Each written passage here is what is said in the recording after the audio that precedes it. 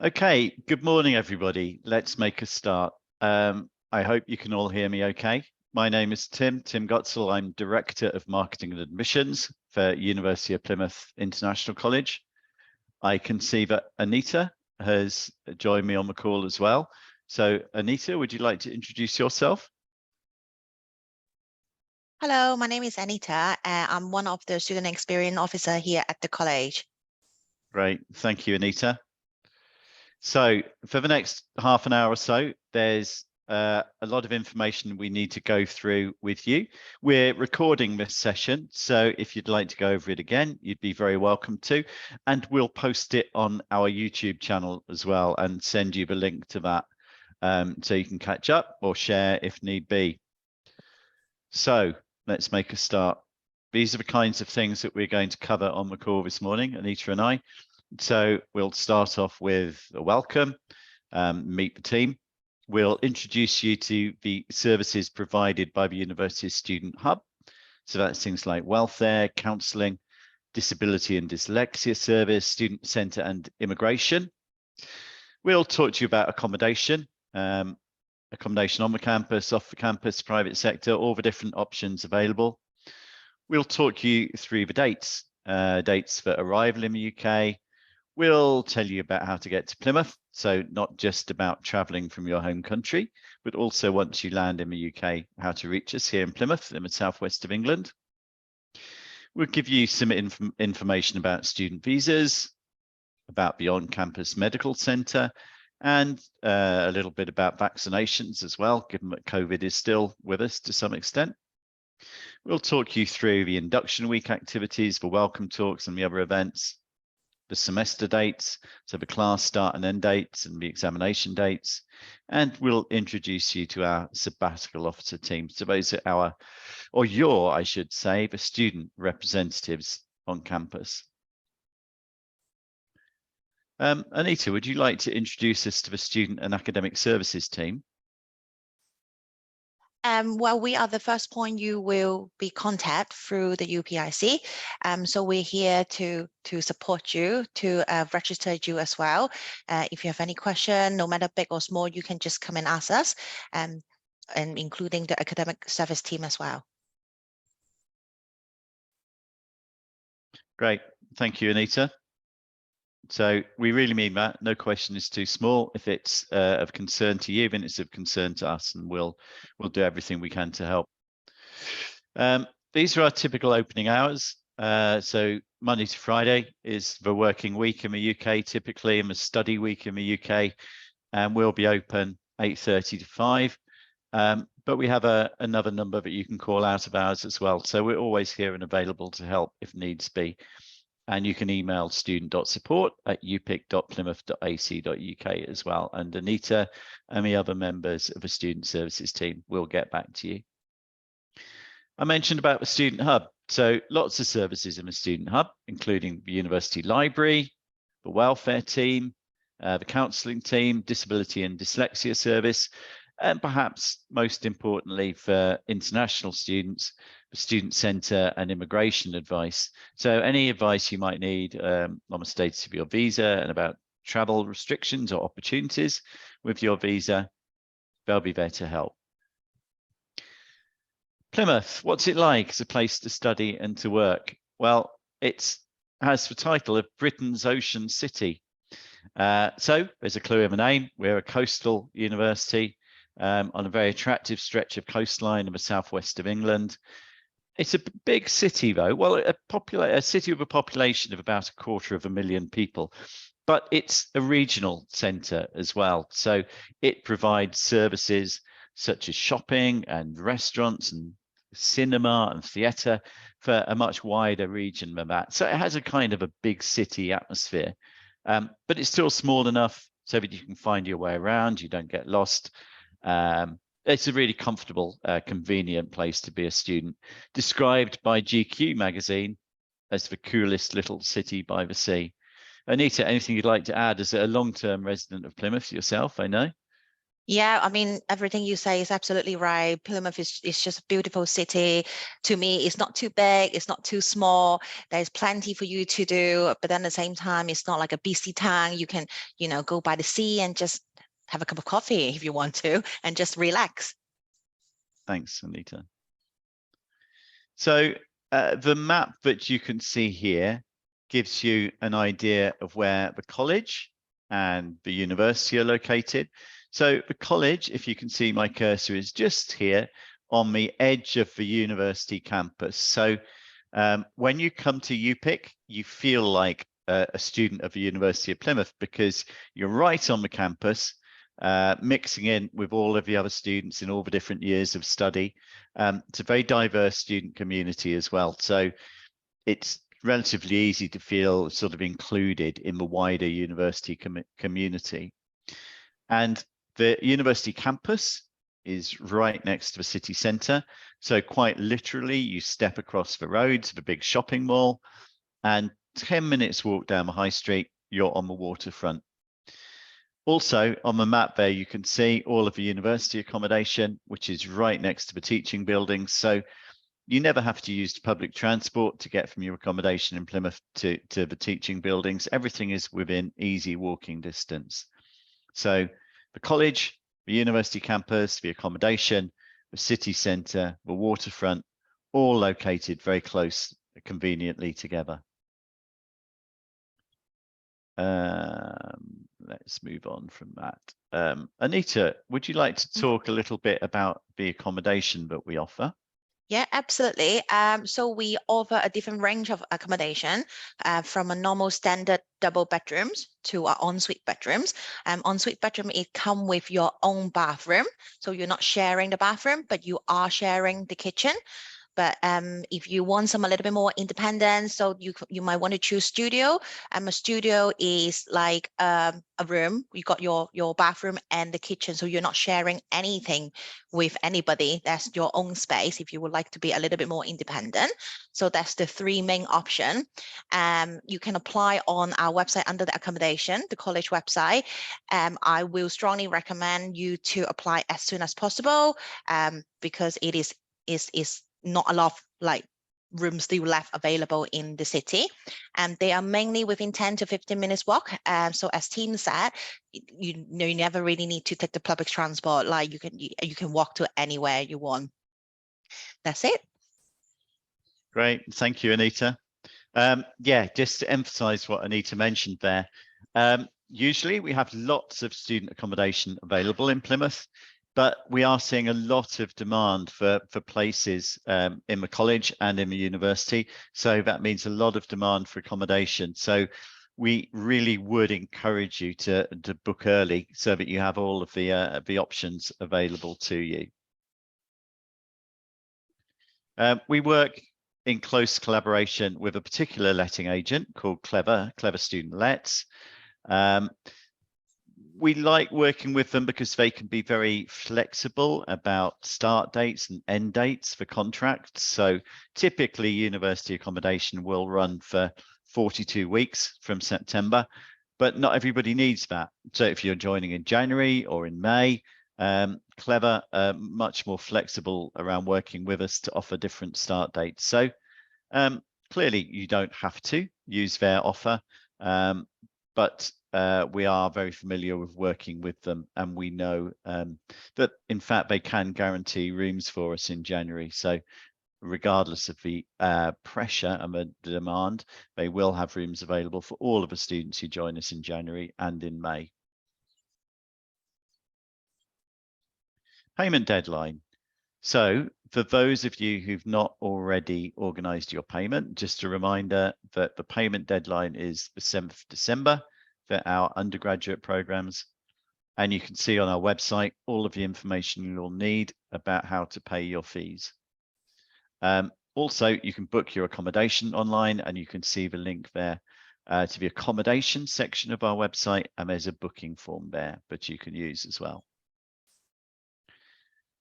When you arrive in the UK, there are lots of different ways actually to travel onwards to Plymouth from the international airports. Whatever you do though, don't expect to step out of the airport and book a taxi, because that will be very, very expensive.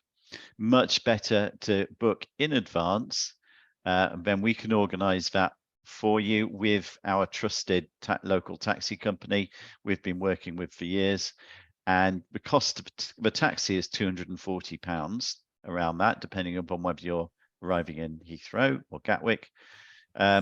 So you can either travel by yourself, or you can, if you know there are some other friends or students who are traveling at the same time, you could share that cost amongst you. I mentioned there are lots of different options around how to get to Plymouth. So train is one. It's probably the fastest, other than traveling by road, but also one of the more expensive ones, but quite simple to do. You can take the Heathrow Express into central London and then travel from there. And then when you arrive in Plymouth, we recommend taking a taxi from the station to your accommodation if you have luggage, and that will be £8 to £12, so not too expensive at all. I should mention, and I should have mentioned before when we were talking about the location, that the station in Plymouth is literally just across the road from the college, so only 2 minutes walk. So once you're here with us in Plymouth, very easy to get around, to get to the station, travel up to London if you want to. The station is almost literally on our doorstep. Coach is another way of traveling, and there are direct coaches from the bus station at Heathrow Airport, which run typically around every 2 hours. You can buy your ticket at the airport, or you can book online with National Express. And as we mentioned before, we can do that private collection, that airport transfer for you directly with our local taxi company. Anita, would you like to say a bit about collecting the BRP? Yes, so BRP is very, very important. You will need to collect it from the post office when you arrive in the UK. It does normally take like a few days for you to do so, but it is a document you really need to take. And then you do need to upload it so that you can do the online enrollment with us as well. Thank you, Anita. University Medical Centre. So this is a great facility, again, right on the campus, so almost next door to the college, in the heart of a university campus.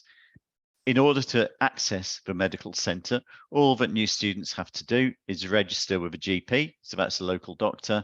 And once you've registered, you will have free access to the medical centre. And as you may be able to see on the picture there, there's a pharmacy right next door to the medical centre as well. Enrollment. Anita, would you like to talk us through this for January? Yes, for January intake, so the enrollment week, as you can see, is start from the 16th of January until the 20th of January, which is for foundation and the first year student. You do need to come into the college here, and obviously as me and myself and Dion and Toby, we are part of the student service team. We will be here to help you to process through the enrollment, what you need to do. Obviously for the pre-master student, it will start from the 23rd of January up until the 27th of January. And what you will need to bring with you is you do need to bring your passport with you. You don't need to take the certificate now. So just a passport and a photo of yourself. And then we will email you an enrollment form in advance. And you will need to fill that in and bring it along with you. And as mentioned before as well, your BRP card. That's very, very important. And hopefully by that time you will have your accommodation. So then you will need to give us your UK address and bring in the a tenancy agreement as well. That will be as a proof of address for your enrollment. Great, thanks, Anita. During the enrollment week, we'll have a series of welcome talks to UPIC. These will be very useful for you. So these will include things like welcome talks from the college management team. That's from the college director and principal and from the head of teaching and learning. And they'll introduce you to all of our kind of expectations of you as students of the college. There will be specific talks related to different subject areas.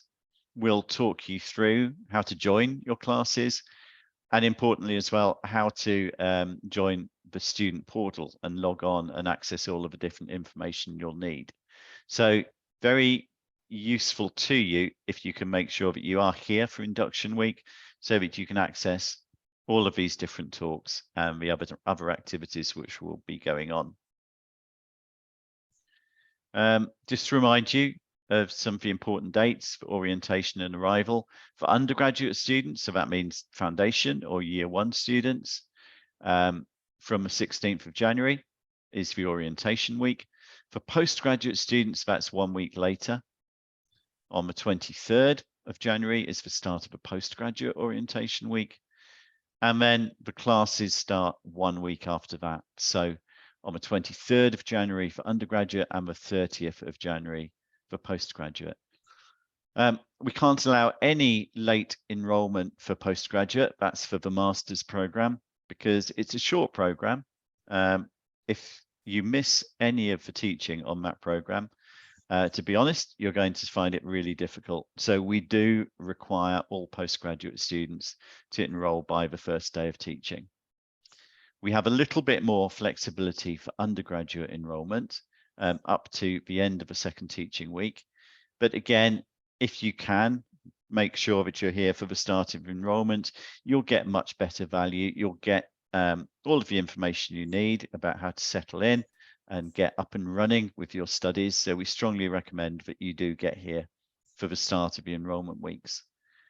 And then looking forward to March, that's when 24th of March are when the fees become due for any balance of fees which you haven't paid already. The exams are in the middle of April and then the end of term on the 21st of April. So those are some of the key dates that you need to know. Do I need to add anything there, Anita, do you think? No, I think you covered everything. Okay, thank you. Oh, and then moving on to the Students' Union team. So really important point to make here is that UPIC students have been part of the Student Union previously. So we've had a former student who's been a president and also a VP for education as well. So what I said at the start about feeling as though you are part of the university community from day one, that's true. And you can see students go on to progress and really do feel a part of the university community. And they succeed as well as other international students as well. So our UPIC students, we know, achieve as many good degrees, so that's first class and upper second class honours degrees, as international students who join the university directly. Okay, I think that's pretty much all of the information that we need to share. Anita, anything else you'd like to add? No? Bring some Okay. warm clothes. It's not so bad, is it? It's a bit wet and windy today, but don't be too scared of the weather. It probably will be cooler in the winter than you're used to, but we rarely see snow in the UK in the winter now. You may be lucky and see some snow, but probably not. The summers also won't be as hot as you're used to be honest, but a good summer's day will still be up in the 20-degree sort of range, 20 degrees and above. Anita, how can I enroll if I haven't got my visa yet? You cannot. You cannot enroll. You do need to have your visa to enroll with us. Shall we swap with these questions? Do you want to ask me the next one? Yeah. Can I live anywhere in the UK? No, you can't live anywhere in the UK. As we mentioned before, the college day kind of runs between 9 in the morning and 5 in the evening. You won't have classes all day, every day, but you do need to be available during those hours. So you need to live somewhere that's close enough to the college that you can be sure of getting here by 9 o'clock in the morning, and also close enough that if you are staying until 5, that's a comfortable journey home for you in the evening. So no, you can't live anywhere in the UK. You do have to be able to access the college during the week, Monday to Friday.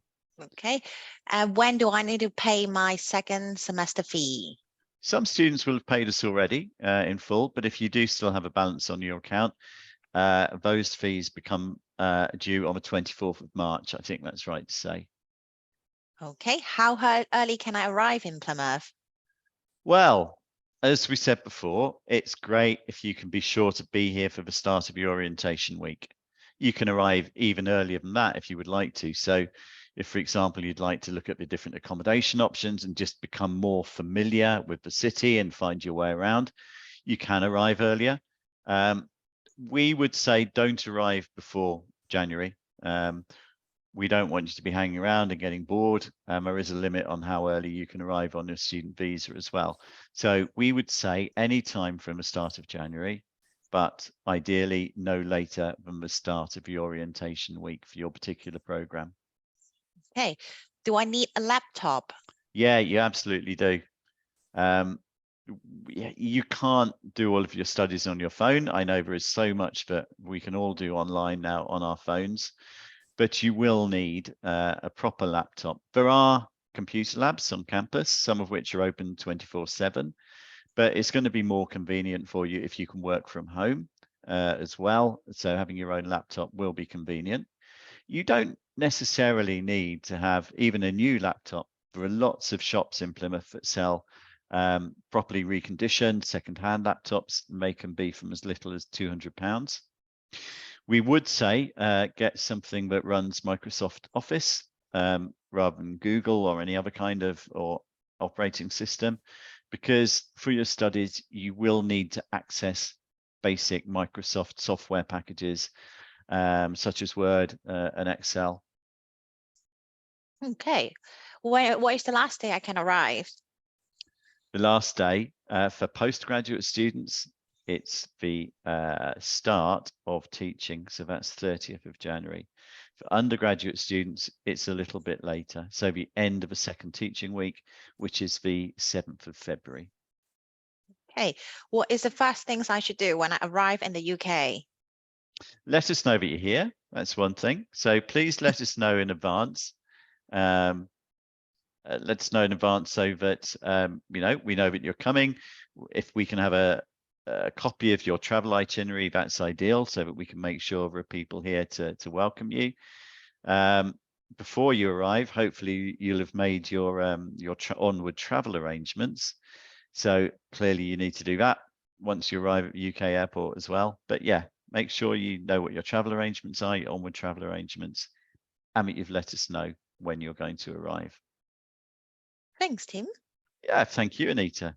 So those are typically some of the questions which students ask us.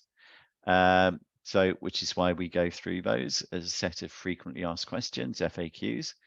But if there is anything else you would like to ask us, then please feel free. Either if you raise your hand, we can let you use your voice, or you can use the chat function as well. So yeah, if you have any questions, please ask them now.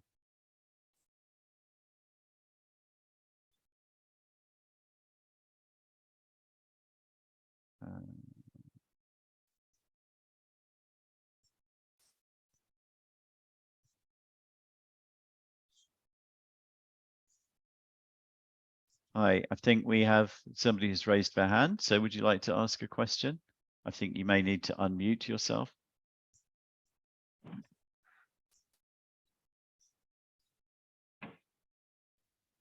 Hello? I don't know what your name is because you appear as Zoom user in my list of participants here, but I think you raised your hand.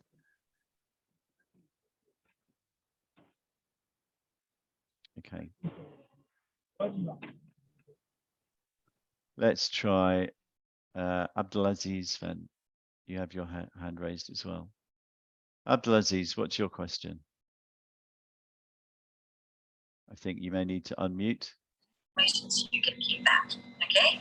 Now, if you have already received your unconditional offer and have settled your deposit, that's great. Hello. Good morning, sir. Could you silence the audio behind you because that's very loud? Okay. Good morning, sir. Good morning. How can we help you? My question is, I'm coming to the Plymouth University to study navigation and maritime science. Yep. So my question is, can I get started January? Okay, is it an undergraduate program that you want to study? So a foundation program? Yeah, it's undergraduates and for the foundation. Okay, and have you submitted an application already? Yeah, I have submitted an application. So I'm here to put my CV, scratch card, and for my condition offer. Okay, so if we already have your application, we'll continue to process that. If you would like to email me directly, then I can check on the status of your application and let you know where we're up to with it. So if I go back one slide, you can see you have my contact details there, my email address. Drop me an email and we'll let you know what the latest status is of your application. Okay, sir. Thank you very much, sir. Okay, you're very welcome. Yeah. So you said your email is on the webinar chats, right? Yeah, can you see on the screen now? You have my email address there. Okay. Okay, thank you very much, sir. Okay, thank you. So can I ask my question right now?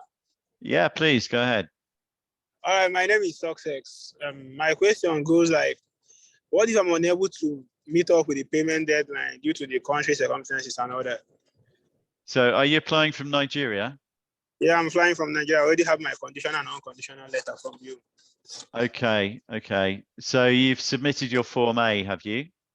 Yeah, I've submitted my Form A, but still unable. They've not debited me because they've not approved it yet. It's still under supervision. Yeah, okay. Well, we still have 2 weeks until the payment deadline. If we know, The payment deadline is on the 7th of December. Why they've not approved it yet on my own end? I mean, from the Form A department or so. yeah, I understand. So we still have 2 more weeks for that to be approved. If you need some more flexibility beyond that, so maybe a week or 2 more, as long as we know that you've started the process and we know you've submitted the Form A, then we can give you a bit more flexibility. So we can give you flexibility up to a couple of weeks. You'll understand though, but we need the payment before we can issue the CAS. You need the CAS to make your student visa application. So yeah, it will get close for time if we don't have your payment sort of, yeah, maybe up to before Christmas time. Okay, so I'll be glad to get the flexibility. Yeah, absolutely. We'll be flexible where we can. All right, thank you so much. Okay. Any more questions? No more questions. Anybody else have any more questions to ask?